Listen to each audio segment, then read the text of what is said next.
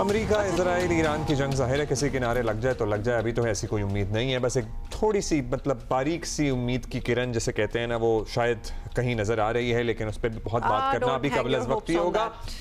इसके क्या असरात हैं? इसके असरात पूरी दुनिया पे ही हैं, इसके असरात हम पे ये हैं कि पाकिस्तानी मईशत के लिए असरात की हम बात कर लेते हैं। और हर गुजरते दिन के साथ चैलेंजेस जो हैं उनमें मुसलसल इजाफा हो रहा है। वजारत खारजा के मुताबिक हुकूमत मुत्तहिदा अरब अमारात के वो पैसे वापस कर रही है जिनकी मुद्दत मुकम्मल हो गई थी। और द न्यूज़ में शाया होने वाली एक मेहताब हैदर की रिपोर्ट है, उसके मुताबिक यूएई को $2 अरब की जो है 6% सूद के साथ वापसी के फैसले के बाद बैरूनी मालियाती खला में इजाफे का एक इम्कान भी है। I mean, like, who would have thought कि इस वक्त पे ये चीजें फिर हमारे यूरो बॉन्ड्स भी कुछ मशहूर हो रहे हैं। बेसिकली ज़र मुबादला के ज़खायर हमारे ज़ाहिर है उसका हदफ जो है वो नरम करने की दरख्वास्त हम करेंगे IMF से, क्योंकि वो तो मुतासर होगा ही। आवाम पर पेट्रोल और डीजल की कीमतों का प्रेशर है। डॉक्टर खाकान नजीब साबिक मुशीर हैं वजारत ख़जाना के, हमारे साथ मौजूद हैं। डॉक्टर साहब, जो हालात हैं दुनिया के हैं, हम ऐसे कब तक सस्टेन करेंगे क्योंकि कुछ पॉलिसी शिफ्ट्स हमें करना होगा।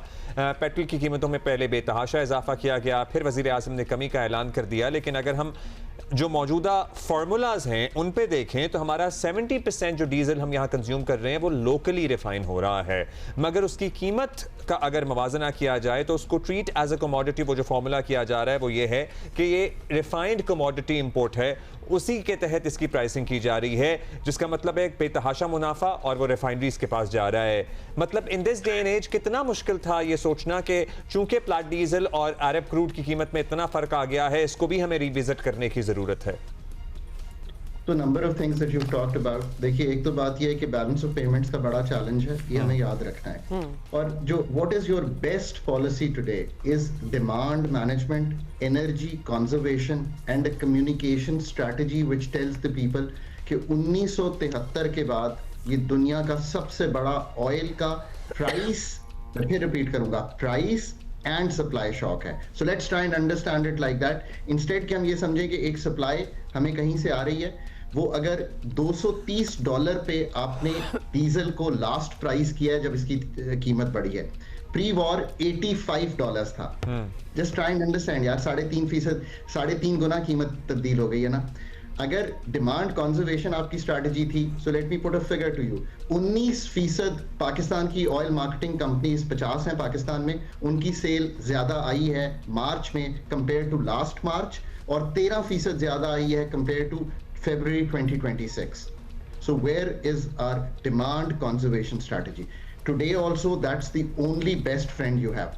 Number 2, मतलब, और इसकी बात यह है कि अगर आज भी, सॉरी मैं फॉर्मूले पे भी आऊंगा, अगर आज भी मुझे आप ये कहना है कि हम 6 बजे कमर्शियल नहीं क्लोज करेंगे या 8-9 बजे रेस्टोरेंट्स नहीं क्लोज करेंगे, तो फिर हम नौयत नहीं समझे जिस क्राइसिस में से गुजर रहे हैं। अगर आज भी आज मुझे कहीं हम स्कूल जो है वो 3-4 दिन या 5 दिन ना चलाएं, 3 दिन चलाएं और 8 बजे से शाम को 6 बजे तक चला लें।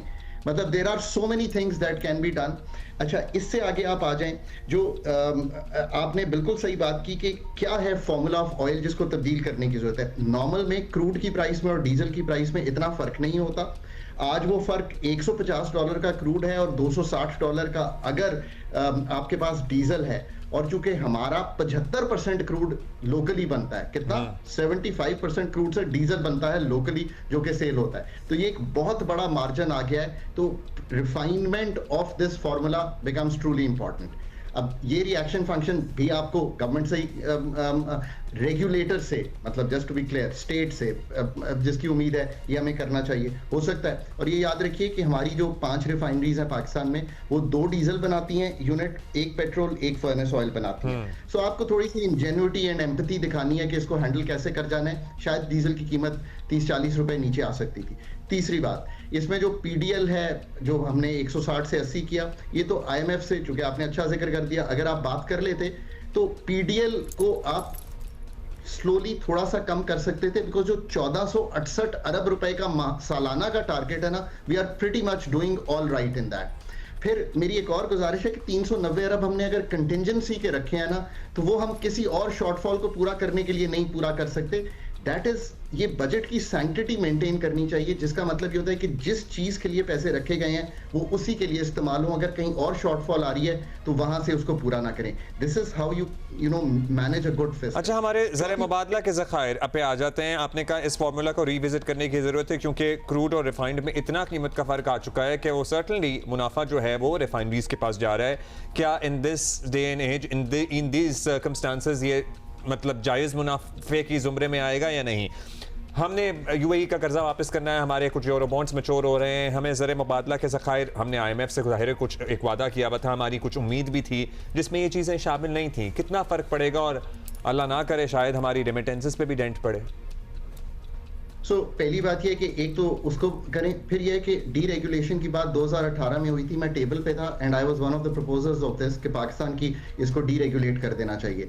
और जैसे कि हमारी सिस्टम है वो वक्त मांग लेता है उसको करने में, वो 2018 और 2026 में फिर रिपीट कर रहा हूँ, the prices need to be deregulated, the sector needs to be deregulated. There is one deregulation and that is in the high end, high octane deregulated है पाकिस्तान में, और इसीलिए आप डिफरेंट पंप्स पे उसकी डिफरेंट कीमत देखते हैं। इसमें 3 और चीजें मैटर कर जाएंगी, so let's be very very clear.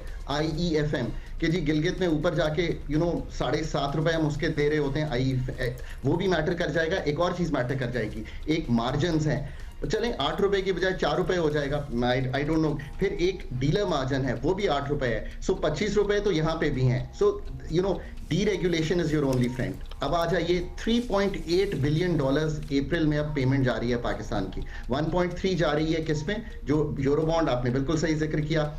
इन सबको जब यूरो बॉन्ड तो लिया होगा, $17.5 अरब का IMF के साथ तय है कि जून 30 को पाकिस्तान के ज़र मुबादला के ज़खायर होंगे, with the 2.46 बिलियन जो एक्स्ट्रा जा रहा है UAE का, so this will not be accounted for. So the पूरा जो उनके साथ बैलेंस ऑफ पेमेंट्स का टेबल 3 है मेरा ख्याल है, उसको हमें दोबारा सोचना पड़ेगा क्योंकि जो फाइनेंसिंग नीड है वो तब्दील हो गई है। Either we go to the market, अगर तो रेमिटेंसेस होल्ड कर रही हैं जिसका डेटा हमें देखना पड़ेगा, तो फिर तो आप इंटरबैंक से ये पैसे पिकअप कर सकते हैं। Number 2, you go back to the multilaterals and you pick up 3 billion के करीब, सो दैट ये जो 2.46 है ये मीट हो जाए, क्योंकि पहले भी एक 460 मिलियन का गैप उस टेबल में लिखा हुआ है, मैं तो एग्जैक्ट बाय द टेबल जा रहा हूँ जो फंड ने बनाया था। तो ये $3 अरब का टू मेक $17.5 अरब, मेरा ख्याल है शायद $17.5 अरब अब नहीं मेक कर सकेंगे। फंड के साथ प्रोग्राम को रीनिगोशिएट करना लाजिम व मलजूम है। मैं एक और फिगर आपको देता हूँ कि हमने 9.2%, सो इन्फ्लेशन बिफोर जो SPI है, सेंसिटिव प्राइस इंडेक्स, आप दोनों को सबसे ज्यादा इंपैक्ट करता है। क्यों? क्योंकि वो 51 चीजें जो आप दोनों खरीदने जाते हैं, जो आप यूज करते हैं, वो उन पे मुहित है, वो उस गरीब आदमी पे भी मुहित है। प्री वॉर 4.8% की ग्रोथ थी लास्ट वीक ऑफ फरवरी, जो लास्ट वीक ऑफ मार्च है पिछले मार्च से 9.2% की है। आपका एक और चीज जो हिल जाएगी वो आपके मॉनेटरी टारगेट्स, विच मींस कि जो CPI आएगा अप्रैल का, तो आपको ये भी दिखाई देगा कि आपको अपना जो पॉलिसी रेट है उसको लिफ्ट करना पड़ेगा। अच्छा, इसको भी केयरफुली करना चाहिए, ये सप्लाई साइड शॉक है, ये डिमांड साइड शॉक नहीं है। अब इकोनॉमिक रिस्पांस, इकोनॉमिक मैनेजमेंट जिसकी हमने बात की, और एंड में इस पे करूंगा कम्युनिकेशन टू द मुख्तसरन डॉक्टर साहब, वक्त हमारे पास काफी कम है जी। Communication to the people of Pakistan is of paramount importance. अपना तर्ज़े जिंदगी सरकार भी, that's the most important thing कि आपको एनर्जी कंजर्व करनी है, and that is your best friend right now in these circumstances, क्योंकि जो सर्कमस्टांसेस है ना बड़े ग्रेव हैं, इसका कोई मैकेनिज्म ही बनेगा तो होगा, लोगों से एक्सपेक्टेशन ना ये रखी जाए, वरना पिछले महीने का हाल तो हमने डॉक्टर साहब ने बड़ी अच्छी तरह बताई दी है। Doctor Khaqan Nazir, thank you for being with us.